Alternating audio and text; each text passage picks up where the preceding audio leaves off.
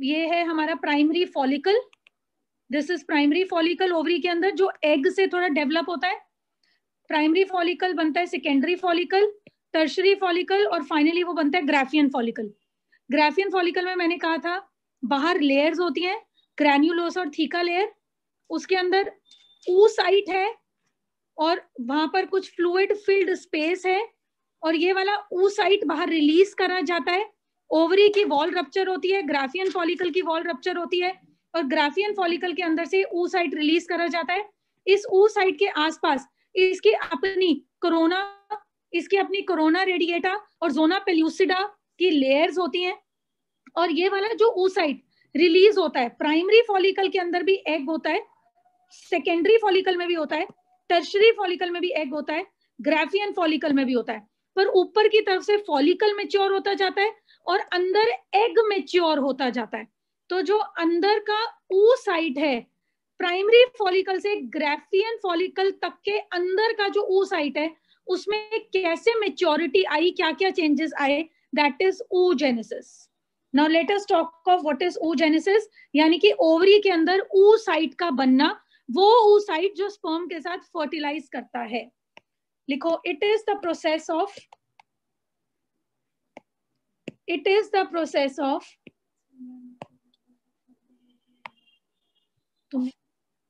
female gamete ovum in ovaries। Actually जो gamete बनता है वो ग्राफियन फॉलिकल के अंदर बनता है, फॉलिकल्स के अंदर बनता है। अब हम फ्लो चार्ट स्टार्ट कर रहे हैं स्टेप वाइज।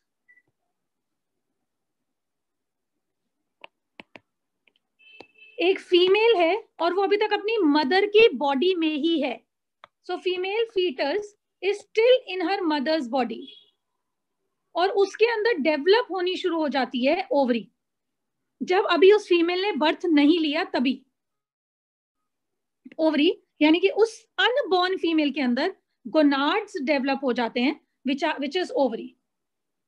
ओवरी के अंदर there are germinal epithelial cells. Ovary has germinal epithelial cells और ये वाले जो सेल्स हैं, these cells undergo mitosis, message डाल दो, दीज सेल्स अंडरगो माइटोसिस और बहुत सारे एग मदर सेल्स बनते हैं। Many egg mother cells are formed।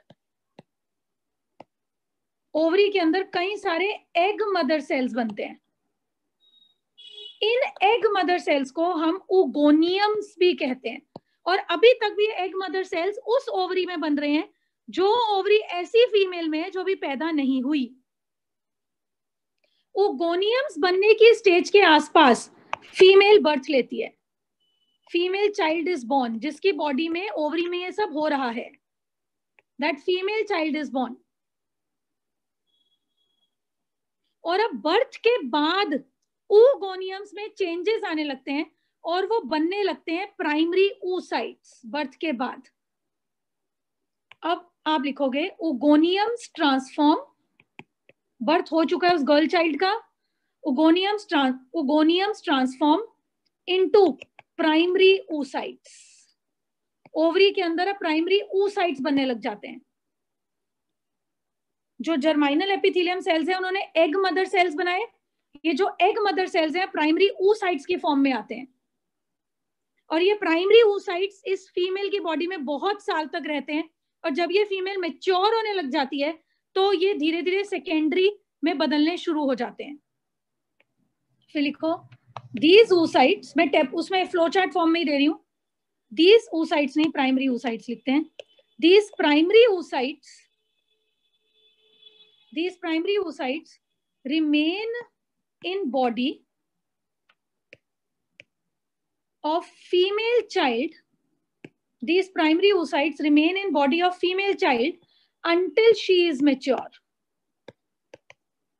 जब तक वो लड़की मैच्योर होती है प्राइमरी oocytes उसकी बॉडी में रहते हैं। अब प्राइमरी oocytes धीरे धीरे प्राइमरी फॉलिकल बनाने लग जाते हैं, यानी कि उस oocyte के ऊपर कवरिंग आने लग जाती है, ग्रैन्युलोसा थीका लेयर्स आने लग जाती हैं, फ्लूइड फिल्ड कैविटी अभी धीरे धीरे बनेगी। तो ये जो प्राइमरी oocyte है ये अपने आप को प्राइमरी फॉलिकल में कवर कर लेता है.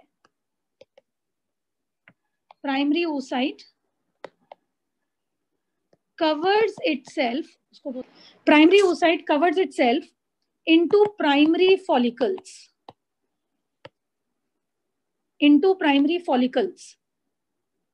और ऑलमोस्ट एक पर्टिकुलर एज पर आकर 60,000 to 80,000 फॉलिकल्स एक फीमेल की ओवरी में फॉर्म हो जाते हैं.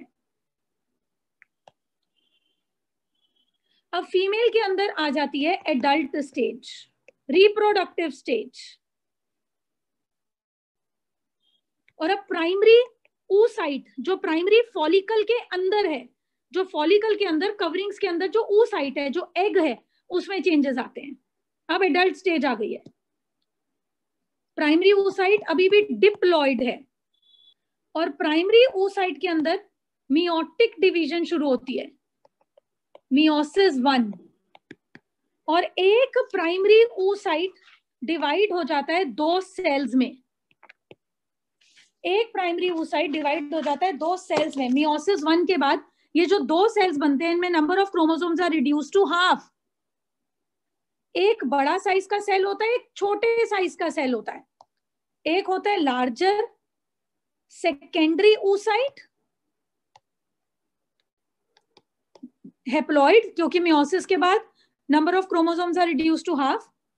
एक होता है लार्जर सेकेंडरी oocyte और एक है फर्स्ट पोलर बॉडी. एक है first polar body which is also haploid. Polar bodies reproductive structures नहीं होती. अगर पोलर बॉडीज के साथ स्पर्म फर्टिलाइज करता है तो जाइगोट नहीं बनता. पोलर बॉडी सिर्फ इसलिए होती है कि वो क्रोमोसोम्स के हाफ को लेकर अलग हो जाएं बस. नंबर ऑफ क्रोमोसोम्स हाफ करती हैं बस और इनका कोई फंक्शन नहीं होता आगे. अब इसके अंदर आगे फर्दर होगा मियोसिस 2, इसके अंदर आगे फर्दर होगा मियोसिस 2. कौन सा ऊपर वाली? अब इसमें आगे ये 2 पार्ट्स में डिवाइड होता है और ये जो फर्स्ट पोलर बॉडी है ये भी मियोसिस 2 के बाद 2 सेल्स बनते हैं. जो लार्जर सेकेंडरी oocyte है, लार्जर सेकेंडरी oocyte, जब इसमें मियोसिस 2 होती है तो इसमें बनता है एक ओवम, एग, जो स्पर्म के साथ फर्टिलाइज करेगा, हेप्लॉइड, जिसको हम लोग हेप्लॉइड ऊट भी बोलते हैं. हेप्लॉइड सेकेंडरी बनती है, सेकेंडरी पोलर बॉडी. इनका कोई आगे फंक्शन ऑलमोस्ट नहीं होता. और जो मियोसिस 1 के बाद फर्स्ट पोलर बॉडी बनी थी, छोटे साइज की पहली पोलर बॉडी, वो आगे फर्दर मियोसिस 2 करती है. तुम ये अटेंड करो अगर आ रहे हो तो, मतलब क्लास हो रही है मैम की. तो वो आगे मियोसिस 2 करती है. जो पहली वाली फर्स्ट पोलर बॉडी बनती है वो फर्दर मियोसिस 2 करेगी और उसमें फिर बनेंगी 2 और पोलर बॉडीज, हेप्लॉइड और haploid. These both are secondary polar bodies. These are secondary polar bodies. तो यानी कि 3 पोलर बॉडीज बनी है, 1, 2, 3. और एक्चुअली पूरी मियोसिस के बाद सिर्फ एक ओवम बना है जो हेप्लॉइड है. बाकी तीनों पोलर बॉडीज हैं जो स्पर्म के साथ फर्टिलाइज होने पर जाइगोट नहीं बनाएंगी. सिर्फ एक टाइम पर एक ओवम बनता है. स्पर्म्स बहुत सारे हैं लेकिन एक टाइम पे ओवम एक ही बनता है. जबकि मियोसिस के बाद एक कहां गया, मियोसिस के बाद एक प्राइमरी oocyte को 4 ओवम बनाने चाहिए, पर 4 नहीं बनते, सिर्फ एक ओवम बनता है और बाकी तीनों सेकेंडरी पोलर बॉडीज बनती हैं जो रिप्रोडक्टिव नहीं होती. एक ही ओवम बनता है ताकि ह्यूमन बींग्स के अंदर जो मदर का यूटरस होता है वो जनरली एक ही चाइल्ड को कैरी करने के लिए बना होता है. ह्यूमन बींग्स में एक ही चाइल्ड को मोस्ट ऑफ द केसेस में, नेचुरल केसेस में डिलीवर किया जाता है. So 1 ovum ensures that there is mostly formation of only 1 child. After oogenesis, अब oogenesis हो गई और ओवम बन गया जो ओविडक्ट में जाएगा और स्पर्म को फर्टिलाइज करने के लिए कैपेबल होगा. ये ओवम फ्यूजोजेनिक होगा, ये ओवम अपने साथ स्पर्म को फ्यूज करने के लायक होगा. After oogenesis the ovum formed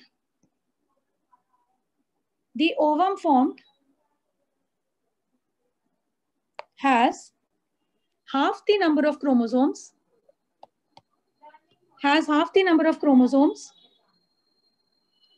along with, और साथ साथ बनती हैं 3 polar bodies, along with 3 polar bodies. और ये 3 polar bodies बनती हैं, ये 3 polar bodies जिन्होंने सिर्फ अपने अंदर क्रोमोसोम्स को ले लिया होता है ताकि ओवम हेप्लॉइड बन जाए. अब हम पोलर बॉडीज के बारे में लिखते हैं कि जो पोलर बॉडीज बनती हैं वो एक्चुअली रिप्रोडक्टिव नहीं होती. हेप्लॉइड सेल्स, नहीं जरूरत नहीं है, सब पता चली गया अगर सबका. तो they are haploid cells that are formed, ये वो पोलर बॉडीज, वो हेप्लॉइड सेल्स हैं जो ओवम के साथ ही बनी थी oogenesis के प्रोसीजर में. They are haploid cells that are formed along oocytes during oogenesis, that are formed along oocytes during oogenesis.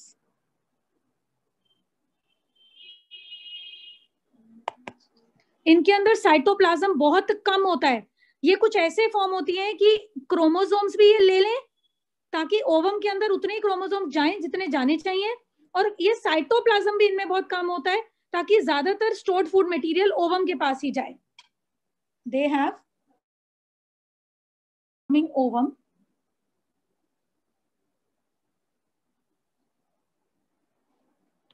Even if they fertilize, अगर बाय चांस ये वहां हैं और ये स्पर्म को फर्टिलाइज कर भी लेती हैं तो भी जाइगोट नहीं बनता. Even if they fertilize, no zygote is formed. No zygote is formed. इनका काम है कि मियोटिक डिवीजन में जो नंबर ऑफ क्रोमोसोम्स ओवम को आधे चाहिए और बाकी के आधे कहां जाएंगे, वो ये पोलर बॉडीज ले लेती हैं. They serve to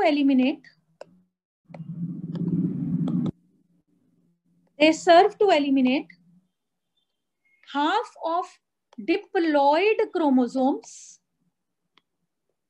They serve to eliminate half of diploid chromosomes. ये आधे क्रोमोसोम्स पोलर बॉडीज अपने अंदर लेती हैं ताकि ओवम हेप्लॉइड रहे, लीविंग बिहाइंड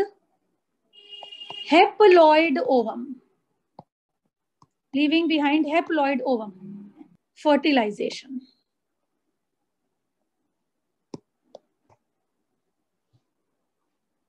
स्पर्म ओवम की तरफ, स्पर्म का जाना और स्पर्म का ओवम में पेनिट्रेट करना, स्पर्म का ओवम में पियर्स करना, परमिएट होना, उसमें एंटर करना और स्पर्म के न्यूक्लियस का ओवम के न्यूक्लियस के अंदर मर्जिंग करना, फर्टिलाइजेशन.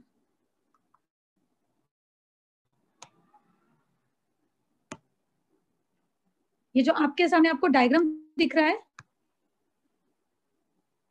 ये वो oocyte है, ooted या oocyte जो अभी oogenesis के मेथड में हमें मिला है.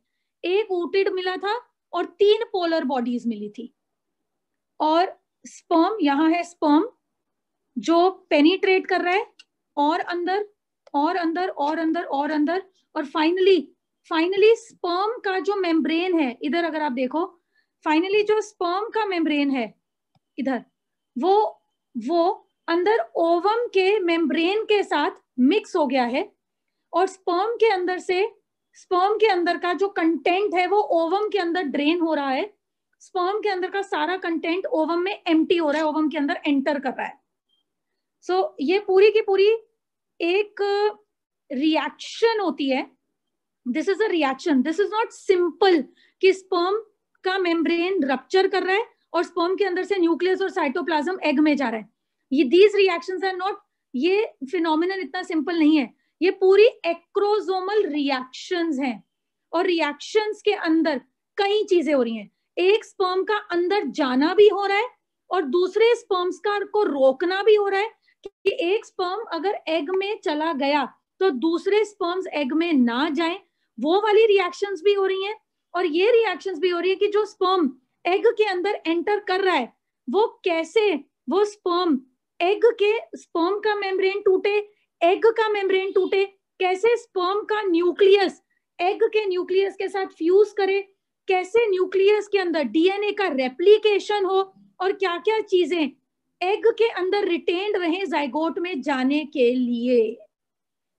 So this is a complex phenomenon, जिसको आप चाहो तो आप नेट पे या कुछ इंफॉर्मेटिव बुक्स में पढ़ भी सकते हो। मैं आपको उतना ही बेसिकली करवाऊंगी, उससे थोड़ा ज्यादा, जितना आपको अपने 12th के लिए चाहिए। अब it is fusion of haploid mail sperm with haploid female oocyte to form diploid zygote. तो sperm which has 23 chromosomes, ovum यानी कि haploid, ovum which has 23 chromosomes यानी कि haploid, जब ये आपस में फ्यूज करते हैं then their zygote बनता है with 46 chromosomes यानी कि 2 into 23 यानी कि 2n which is diploid। इतनी बेसिक अंडरस्टैंडिंग तो आप सभी कैरी करते हो आराम से।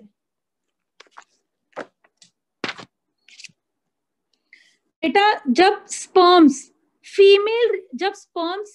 इजेक्ट होते हैं और स्पर्म्स फीमेल रिप्रोडक्टिव ट्रैक्ट तक कैरी होते हैं, जब स्पर्म्स, मेल स्पर्म्स जब फीमेल की बॉडी में एंटर करते हैं तो वो स्पर्म्स इतने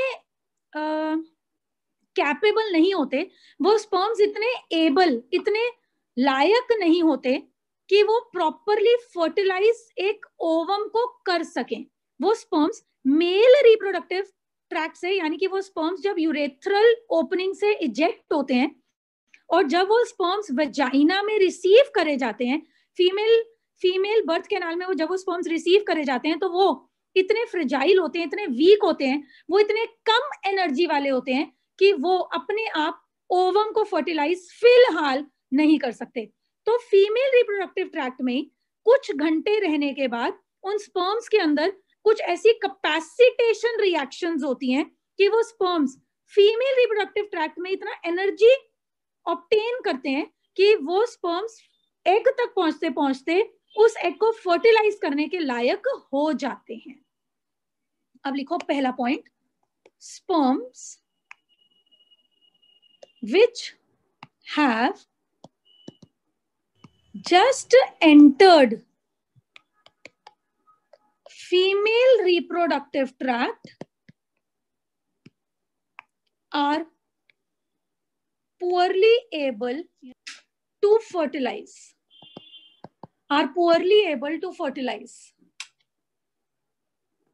but in female reproductive tract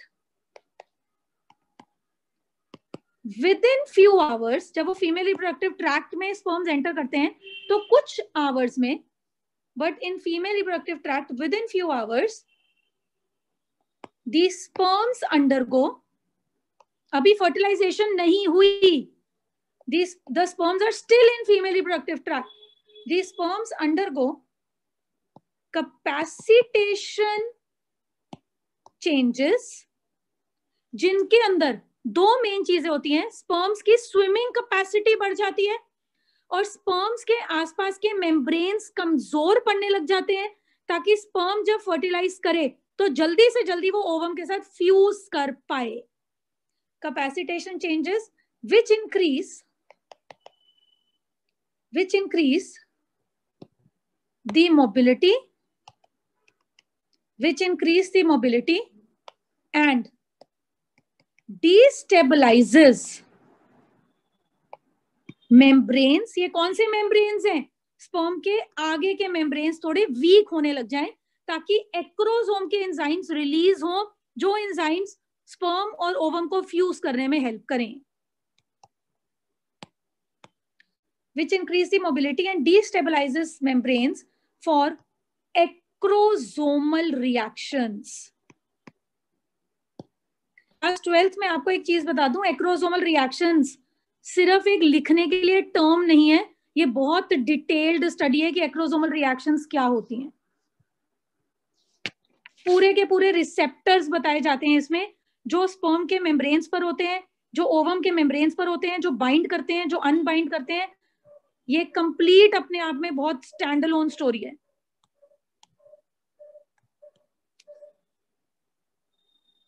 अब एक साथ एक oocyte पे, oocyte जो एग है या ऊटिड जिसको हम कह सकते हैं, जो इस वक्त ओविडक्ट में है, फीमेल रिप्रोडक्टिव सिस्टम के ओविडक्ट में, उसको एक साथ कई स्पर्म्स अटैक करते हैं। तो अब आप लिखो, फर्टिलाइजेशन कहां होती है? फर्टिलाइजेशन फीमेल के ओविडक्ट में होती है, जहां पर एम्प्यूला और इस्थमस, जो ओविडक्ट के दोनों पार्ट्स आपको लेबल करवाए थे, जो आपके डायग्राम में है, उसका जंक्शन होता है almost. Fertilization takes place in isthmic ampullary junction. Fertilization takes place in isthmic ampullary junction. और कई स्पर्म्स एक सेकेंडरी oocyte को घेर लेते हैं। Many sperms surround a secondary oocyte, but normally बोल रही हूं मैं, normally, but only one sperm fertilizes.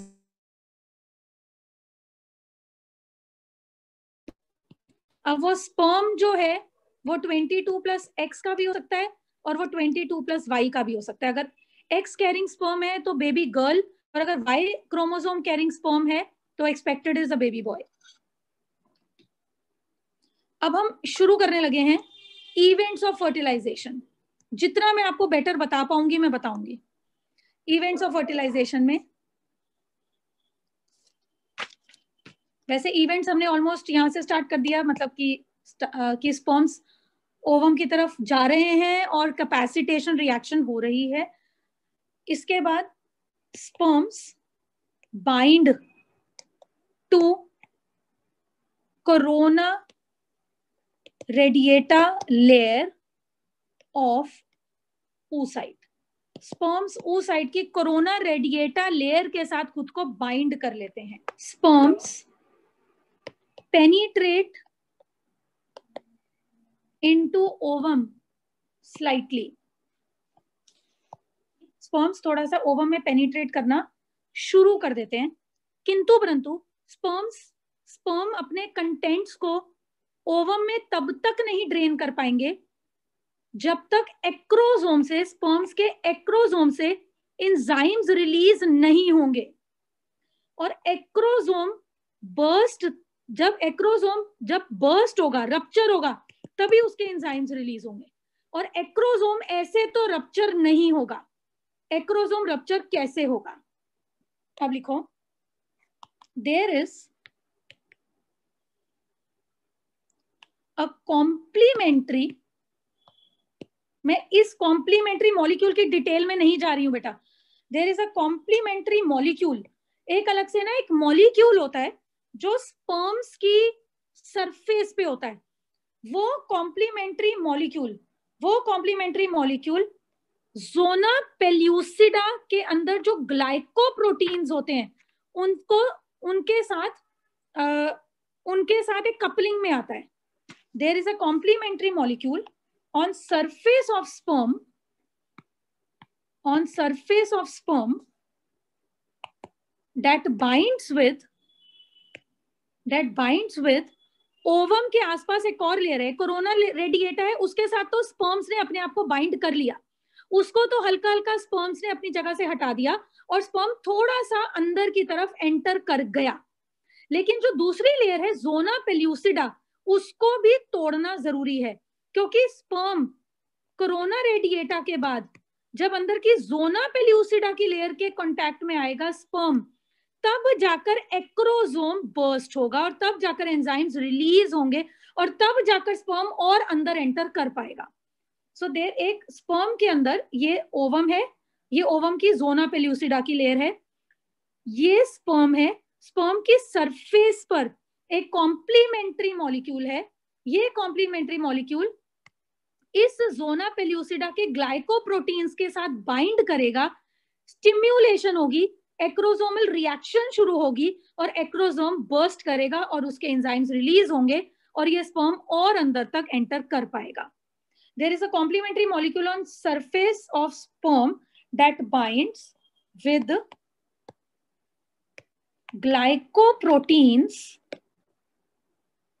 on zona pellucida layer. मैंने आपको लिखवाया था zona pellucida layer is made up of glycoproteins that binds with glycoproteins on zona pellucida layer and then acrosome ruptures. Sperm का acrosome rupture करता है और enzymes release होते हैं.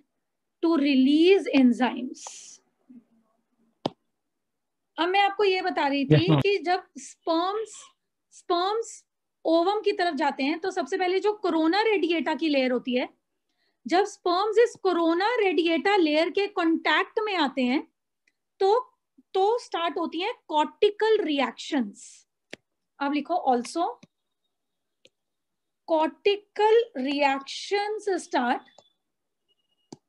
कॉर्टिकल रिएक्शंस में क्या होता है, जैसे जैसे स्पर्म ओवम के अंदर एंट्री करता जाता है, ओवम का मैट्रिक्स हार्ड होता जाता है, ओवम की लेयर्स हार्ड होती जाती हैं और दूसरे स्पर्म्स को अंदर आने से रोकती जाती हैं. Also cortical reactions take place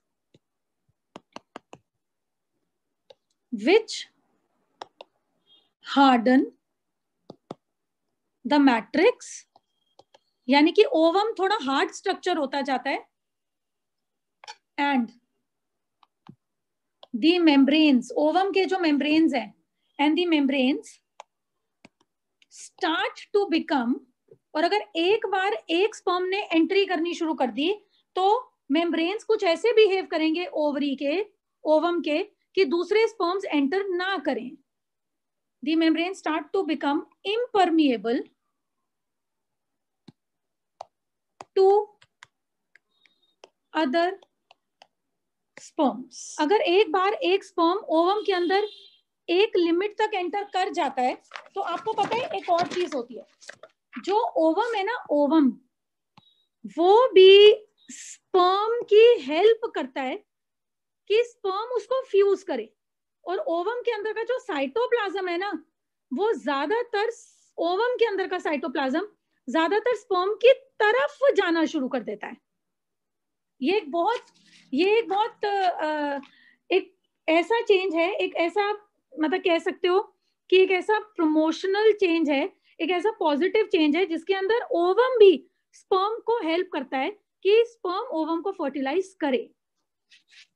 तो इसमें लिखो when sperm is about to penetrate.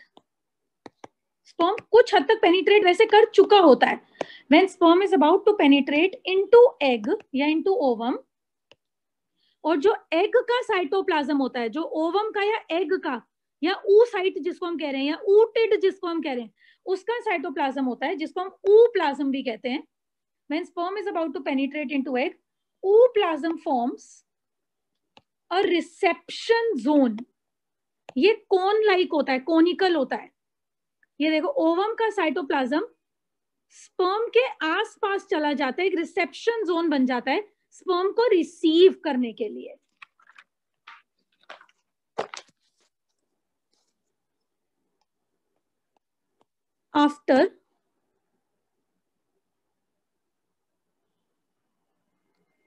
After the sperm has entered, after the sperm has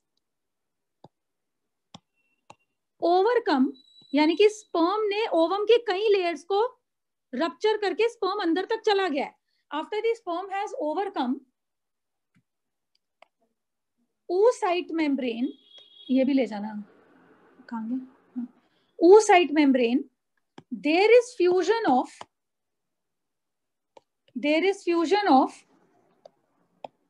cell membranes of secondary oocyte and sperm. अब सेकेंडरी oocyte के सेल मेम्ब्रेन्स और sperm के cell membranes आपस में fuse कर जाते हैं. This is the place of fusion. Sperm के आगे के सेल मेम्ब्रेन्स वो भी हट गए और ओवम के सेल मेम्ब्रेन भी हट गए और स्पर्म के कंटेंट्स अंदर की तरफ जाएंगे. और अब जब स्पर्म ओवम में एंटर कर जाता है तो स्पर्म की टेल, स्पर्म का नेक का एरिया जिसमें माइटोकॉन्ड्रियाज थे वो डीजनरेट कर जाते हैं, खत्म हो जाते हैं. तो अब इसमें लिखोगे now sperm tail and mitochondrial spirals, यानी कि नेक रीजन जो स्पर्म का है डीजनरेट करता है. इट डीजनरेट्स